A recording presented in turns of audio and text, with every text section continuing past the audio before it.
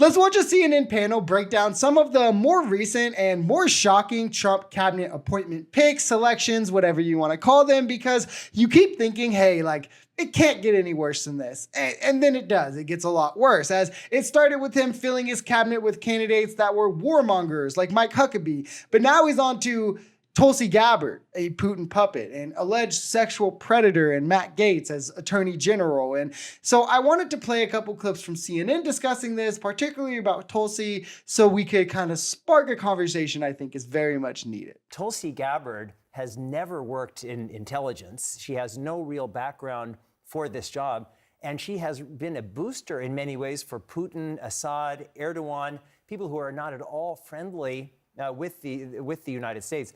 And if you are part of a foreign government, even an allied government, are you really going to want to share your most important intelligence with the United States government, recognizing that there are people who are at central nodes in our government who are so sympathetic to our adversaries? It's really concern. Tulsi Gabbard, who is a Putin and Assad apologist, defended and supported the actions in Syria, questioned U.S. intelligence against the word of Assad, runs defense for Putin and his invasion into Ukraine, has since the beginning, has spread endless conspiracy theories, and has deep ties with the Russian government and media, will now be handling national security single-handedly. You've got to love the outlooks for America. I think this really signals two things. One, the successful Russian coup of the American government. They successfully infiltrated the right and now have been handed the levers of power through the constituency that they've built on the right. But two, it also speaks to how a lot of Trump's picks aesthetically are just to own the libs. Like, oh, Tulsi Gabbard will make the left mad. Let's make her national security advisor. A sexual predator as AG will definitely enrage the left. So let's do it. Like, qualifications don't matter to these people. It's all about loyalty and if they'll trigger the left. Call me crazy, but I think the director of national intelligence should be a person who, A, trusts U.S. intelligence, and B, likes U.S. intelligence. I mean, what do we know about Tulsi Gabbard? We know that when Assad gassed civilians in 2017 and our intelligence agencies determined that and Trump decided to strike those facilities, Gabbard doubted that. She doubted the findings of our own intelligence facilities. She also went to go visit Assad. Yeah, and she went to go visit Assad. And we know that she defends Julian Assange, who released classified information that imperiled the people we were working with in Afghanistan, and the Taliban went out there and were able to kill them one by one.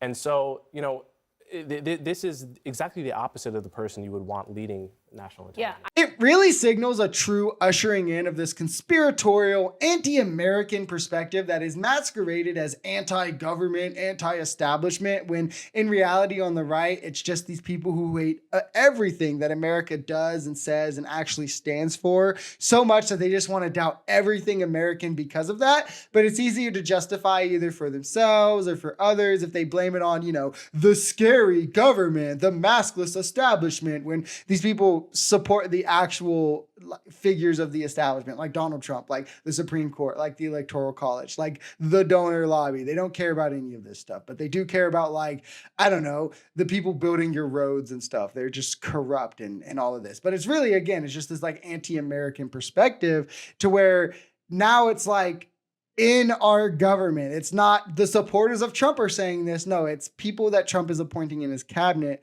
are saying this, where Trump is now deepening his ability to do fascism, right? Because if something is reported, if there's a report released that, hey, Trump is detailing a plan to, I don't know, sell documents to Russia, he can just tap Tulsi Gabbard to question the credibility of that report. And then boom, instantly his whole base will deny it no matter what evidence is put forth from that point. She seems to be willing to fall for what Julian Assange or Assange is saying and what Assad is saying and what Putin is saying. That seems on its face kind of problematic. You're absolutely right. I don't think the American public cares if there's an R by your name, a D by your name. They just want somebody who's going to do a job, particularly in a job like this. Mm-hmm. Because you're literally talking about American lives at stake with this particular job. And the reports that get done, not everything can make it to the president's desk. And you're absolutely right. Everything goes through somebody. And we have to trust that person. Now, military service, okay. Member of Congress, okay. It's the things that were mentioned earlier that are extremely problematic.